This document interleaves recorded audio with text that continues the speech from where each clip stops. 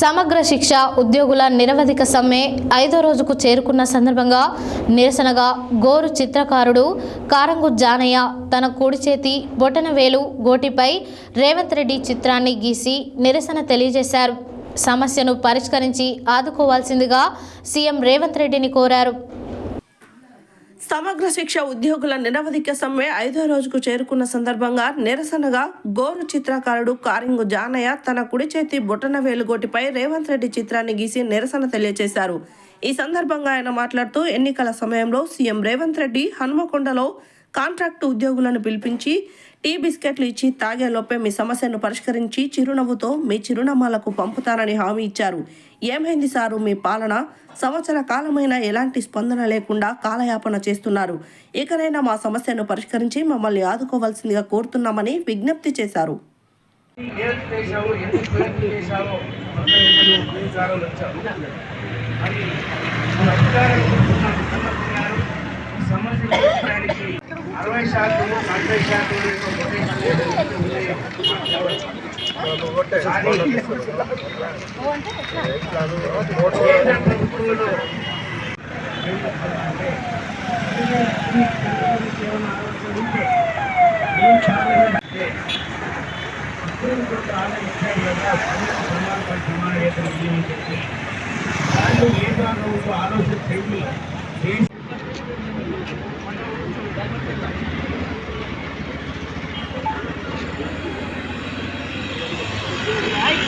సంవత్సరాల నుంచి 20 సంవత్సరాల నుంచి అనేక మంది పనిచేస్తున్నాం. మేము 5వ రోజుకు దీక్ష చేపట్టినా కూడా సీఎం రేవంత్ రెడ్డి గారికి మేము కల్పిస్తలేమా? తెలంగాణ రాష్ట్ర వ్యాప్తంగా 33 జిల్లాలో కలెక్టరేట్ నందు సిఆర్పి సర్వశిక్షా అభియాన్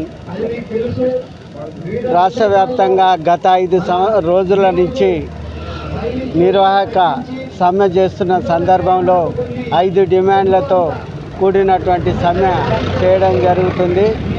ప్రతిపక్షంలో ఉన్నప్పుడు గౌరవ ముఖ్యమంత్రి రేవంత్ రెడ్డి గారు నేను వచ్చిన ఎమ్మటే నేను అమలు చేస్తానని చెప్పడం, మాట ఇవ్వడం జరిగింది.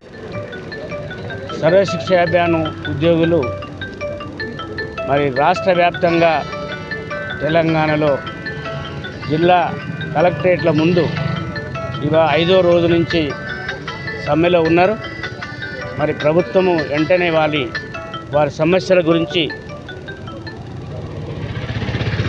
మరి సీఎం గారు స్పందించి వాళ్ళ సమస్యలు పరిష్కరించడంలో మరి తీసుకోవాలని గౌరవ ముఖ్యమంత్రి గారు ఆశపడుతున్నారు. పెడతానంటే ఆశ. శిక్ష అభియాన్లో ఉద్యోగ ఉపాధ్యాయులుగా పనిచేసినటువంటి మిత్రులు నిరవధిక సమ్మె చేస్తూ ఉన్నారు. వారి యొక్క సమ్మె ఈరోజు 5వ తేదీకి 5వ రోజుకు చేరుకుంది. ఈ సందర్భంగా నల్గొండ బీసీ ఎస్టీ ఉపాధ్యాయ ఉద్యోగ జేఏసీ నుంచి ఆ శిబిరానికి సందర్శించి వారికి సంఘీభావం ప్రకటించడం జరిగింది. ఈ సందర్భంగా జిల్లా బీసీ ఉద్యోగుల సంఘం పక్షం నుంచి ఒకటే డిమాండ్ చేస్తూ ఉన్నాం. రాష్ట్ర ప్రభుత్వానికి విజ్ఞప్తి చేస్తూ ఉన్నాం. ఎందుకంటే వారు దాదాపు అన్ని పరీక్షలు నిర్వహించి రూల్ ఆఫ్ రిజర్వేషన్ పాటించి రోస్టర్ విధానాన్ని పాటించే వాళ్ళని సెలెక్ట్ చేయడం జరిగింది. కాబట్టి వారిని తొందరగా రెగ్యులరైజ్ చేయాలి.